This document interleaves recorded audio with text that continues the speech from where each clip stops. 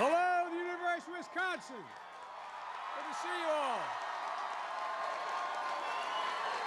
Good to see you all. With your permission, I'd like to ask a guy who can throw a hell of a pass, is the great Congressman Ron Kind, to come out here and join us. Ron, are you still back there? Come on out, Ron. I needed a passport from the congressman to get into town. You know, I know this is his town. Chancellor, let me begin by thanking you. I know you've all been waiting. You know, you all know at a university you don't have to wait more than 20 minutes for a full professor, and she is, but I'm not. But thank you for waiting. I'm sorry we're a little late getting out here, and I also want to recognize one of the finest guys I've ever served with in all my years in the United States Senate, and one of the people who is just, when you say his name in Washington, when you say his name here, I'm sure anyone who knows him, when you say the name Herb Kohl, you say integrity. And I just Herb, your presence is going to be missed, particularly by me. Herb and I served together a long time, serving on the same committees, and I, whenever I wasn't quite sure what I was doing, I'd pull Herb aside or go see him. No, seriously, this man has a lot of wisdom, man, a lot of wisdom, and I'm going to miss you, Herb. Going to miss you.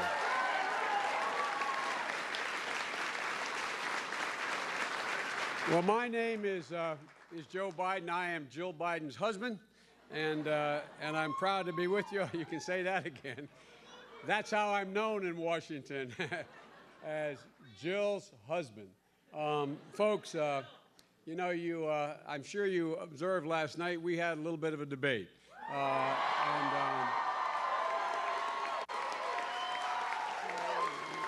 With a gentleman, and he is a gentleman from Wisconsin, Congressman Ryan, who no.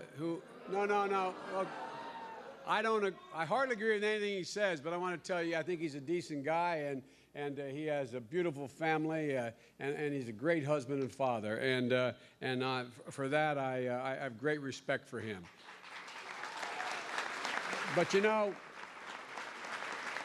anyone who watched that debate, I don't think there's any doubt that Congressman Ryan and I, Governor Romney and the President, we have a fundamentally different vision for America, and quite frankly, a fundamentally different value set.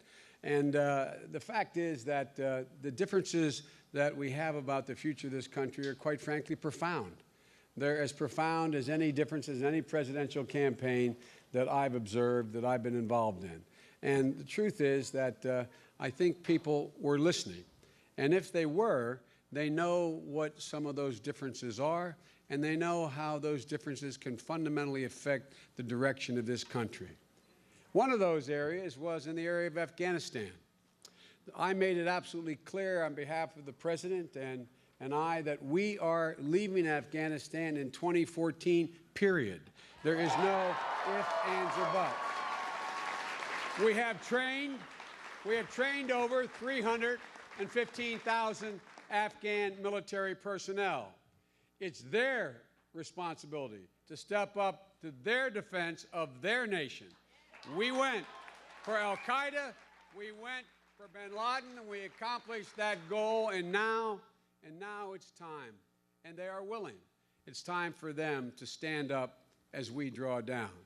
Congressman Ryan, he made it very clear that Governor Romney has a very different view.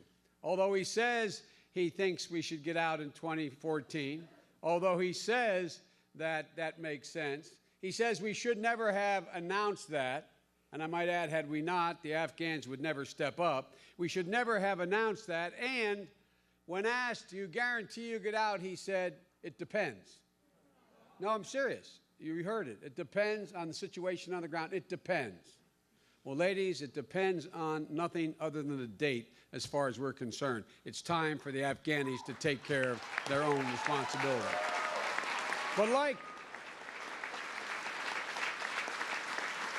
like almost everything, it depends. It depends on which day you ask them the question. It depends. It depends on the circumstances. But it wasn't just on foreign policy, it depends. It was also their attitude about what constitutes a fair tax code, what is a reasonable budget, and whether or not they're even cutting the budget. Now, Congressman Ryan is now saying, even though he passed the Ryan budget through the House of Representatives, it didn't become law, which drastically cuts the budget across the board, 19%, eviscerating education and so many other things. He says, no, no, no, that's not a cut. It's just a smaller increase. Well, I want to tell that all to your parents when they no longer can take that $2,500 tax credit next year if they were to win. Tell that to that 200,000 kids who've been kicked off early education. Folks, on taxes, if you go back and take a look, Paul Ryan saying his budget really isn't a budget cut is like Governor Romney standing in an unemployment line and saying to a guy, I didn't outsource your job, I offshored it. That's the distinction they make. They say when I point out that Governor Romney, who's a great businessman, did it the Bain way, the lowest wages, the cheapest community that you can find, to put a factory and then move there, the Bain way, and outsource jobs. They came back and said, no, no, that's not what he's doing.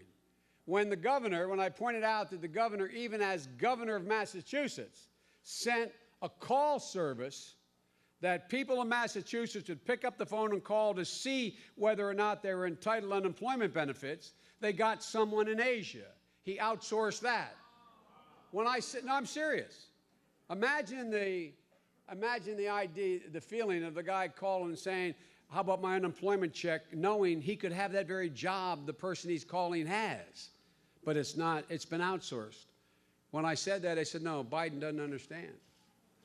That's not outsourcing, that is offshoring. Well, ladies and gentlemen, these unusual distinctions my friends make these days are really more than misleading. On taxes, they say, you heard last night, we raised taxes 99 million times or whatever it was on middle-class people and small businesses. Even Governor Romney's admit we have not raised taxes. We've cut taxes for the middle class by $3,600. 98% of the people in America got a $3,600 tax rate the last 3 years. And now we want to make sure, we want to make sure that we make the tax cut for the middle class that's due to expire in January, that we make that permanent. Make that permanent. But you know what their answer is? They say no. They say, no, this is literally true. Here's what they say. They say, we will not make the tax cut for the middle class permanent unless you agree, Obama and Biden, to extend the tax cut for the very wealthy. We are not going to let the middle class have it unless the wealthy continue the tax cut. Let me put this in perspective for you. That tax cut cost, for just the wealthy, $1 trillion over the next 10 years. $800 billion of it goes to people with a minimum income of $1 million. And this is the fact. Fact check it, as they say. $500 billion goes to 120,000 families, making an average of $8 million a year. While they eviscerate education, while they refuse to allow tax cuts to go forward for the middle class. Ladies and gentlemen, only a man who answers a question on 60 Minutes, as Governor Romney did about 2 weeks ago, when asked by the moderator on 60 Minutes, he asked the question, he said, do you think it's fair, Governor, that you pay only 14% of your 14% tax rate on $20 million in income when someone making $50,000 a year pays at a higher rate? The governor said, yes, that's fair. If you have that point of view, I'm serious, if you have that point of view, you understand why they are so desperate to hold on to a tax cut the wealthy are not asking for. They're as patriotic as poor folks, but they know they don't need it, and they know it's time for them to chip in. Look, that's all you need to know, though. as to why the governor wants to make sure that he holds up tax cuts for your parents, unless you continue to fund a $500 billion tax cut for 120,000 families. And the other thing that we learned is that Governor Romney, no longer is for that tax cut that he's been talking about for a year and a half, the $5 trillion tax cut. It's amazing. It evaporated. I don't know where it went. He says that tax cut he's calling for will be fully paid for. He says it's not $5 trillion, and besides, it'll be fully paid for by doing away with exemptions for the very wealthy people. Now, the one exemption, the one loophole, people usually call them loopholes, the one loophole he's made clear that you cannot get rid of is the one that allows him to pay at 14%. Seriously. And when asked, what other loopholes will you cut? And you heard it asked last night of Congressman Ryan, they refused to name, could not name one. Not one.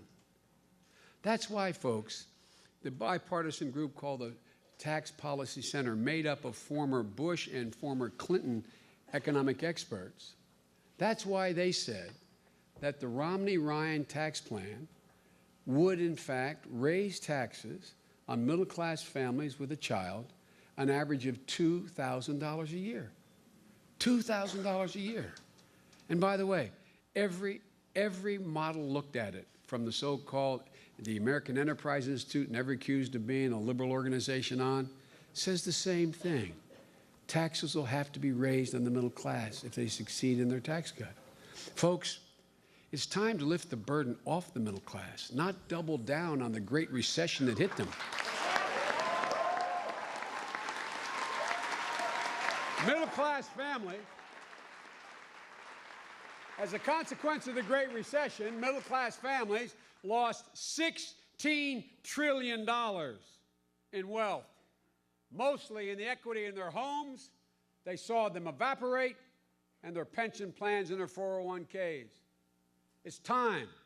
It's time for everyone to chip in, including the wealthy. But as I said last night, we shouldn't be surprised at their continued opposition to everyone chipping in. These are the folks who talk about 47% of the American people being unwilling to take responsibility. And by the way, the Congressman from Wisconsin, in a speech to The Spectator, said that 30% of the American people are takers. I don't know who these guys are talking about. I don't know who they are. These people are like my mom and dad were. The people in the neighborhoods I grew up in. 82% of them pay their payroll taxes and other taxes, and at an effective rate higher than Romney pays his taxes. Over 10% of them are senior citizens on Social Security. The rest are disabled vets and veterans fighting and military personnel fighting now. That's the 47%. The 47% this nation depends on to build this country. Folks, it's about time Governor Romney takes some responsibility. Take some responsibility to help the American people, the middle class. Instead of lining up to sign a pledge to a guy named Grover Norquist, sign a pledge. No, I tell you, it'd be funny if it weren't so serious. They signed a pledge. Congressman can tell you, I think every Republican in the House has, maybe not every, but the vast majority. They signed a pledge that we will not raise taxes $1 on the wealthy. Not one. And ladies and gentlemen, it's time. It's time Romney and Ryan and the Republican Congress take a pledge of the middle-class people saying, we're going to level the playing field. We're going to get you back in the game. We're going to give you a fair shot again. It's time. It's time they acknowledge what got us in this trouble in the first place. They talk about this Great Recession as if it dropped out of the sky. Where did it come from? Or as my little granddaughter would say, did Casper the Ghost do it, Pop? Where did it come from? It came from their policies of shredding reasonable regulations on Wall Street, allowing banks to write their own rules, continuing trillion-dollar tax cuts for the very wealthy. That's what got us here. And ladies and gentlemen, take responsibility. If anyone had a doubt about what's at stake in this election when it comes to women's rights and the Supreme Court, I'm sure they were settled last night.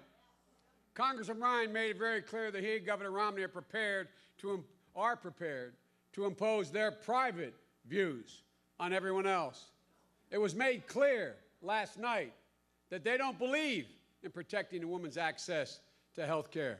It was made very clear that they do not believe a woman has a right to control her own body. That's between she and her doctor. And now they say they're willing to make an exception in the case of rape and incest. Ladies and gentlemen, Congressman Ryan was a leader in the House and even blocked those exceptions. So, folks, and now these guys pledge that they're going to defund Planned Parenthood, which under law cannot perform any abortion. You heard it last night again. And after last night, if you have any doubt about the caliber and the philosophy of the justices they would appoint to the Supreme Court, I imagine they're pretty well passed. Ladies and gentlemen, can you imagine? The next president is likely to have almost surely have one and probably two Supreme Court appointees.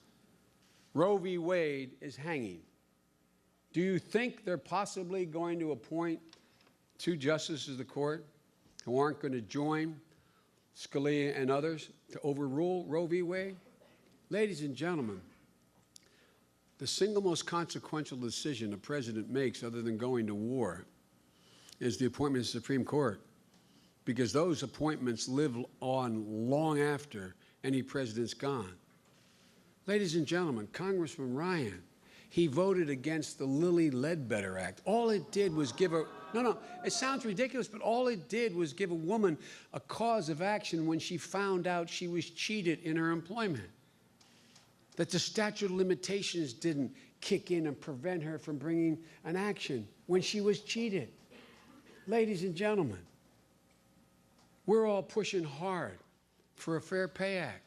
I happen to think my daughter should get paid exactly what any man is being paid for the job she's doing.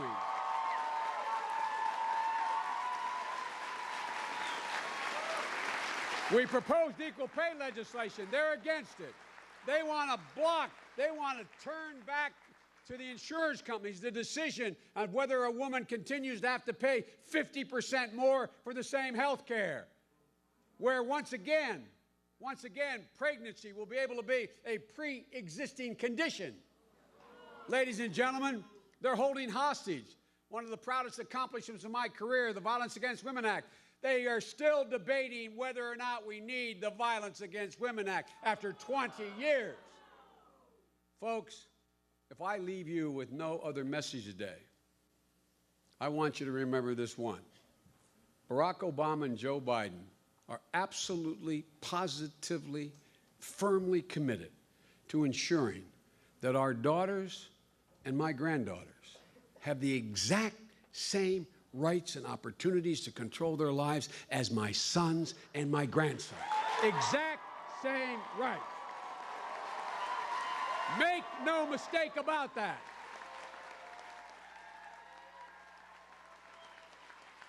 These guys have a social policy out of the 50s. Folks, the American people have been through, well, thank you, the American people have been through an awful lot the last 4 years as a consequence of this great recession. But like always, the American people didn't give up. They got up.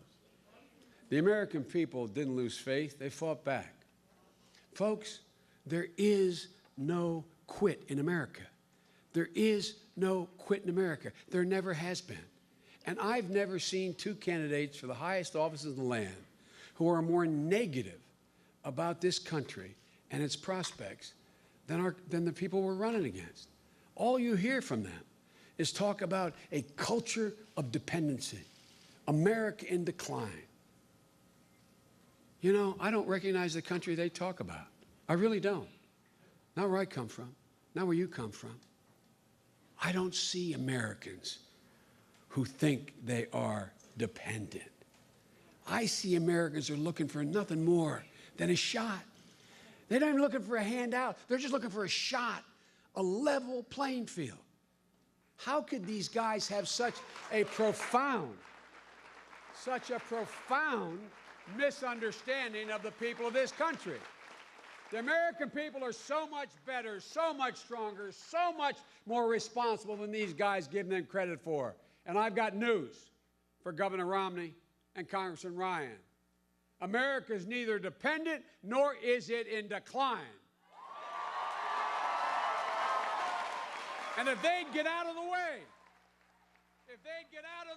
with these policies out of the 50s, we'd be racing back. Ladies and gentlemen, it's never, my distinct message to Congressman Ryan last night and to Governor Romney is, gentlemen, it has never, never, never been a good bet to bet against the American people. You always lose when you bet against the American people. So, folks, we need you. We need you to have as much faith as we have in the American people. We need you to stand up. We need your support. We need you to help us win Wisconsin, because if we win Wisconsin, we win this election. God bless you, and may God protect our troops. Thank you all so very much. Thank you. Thank you.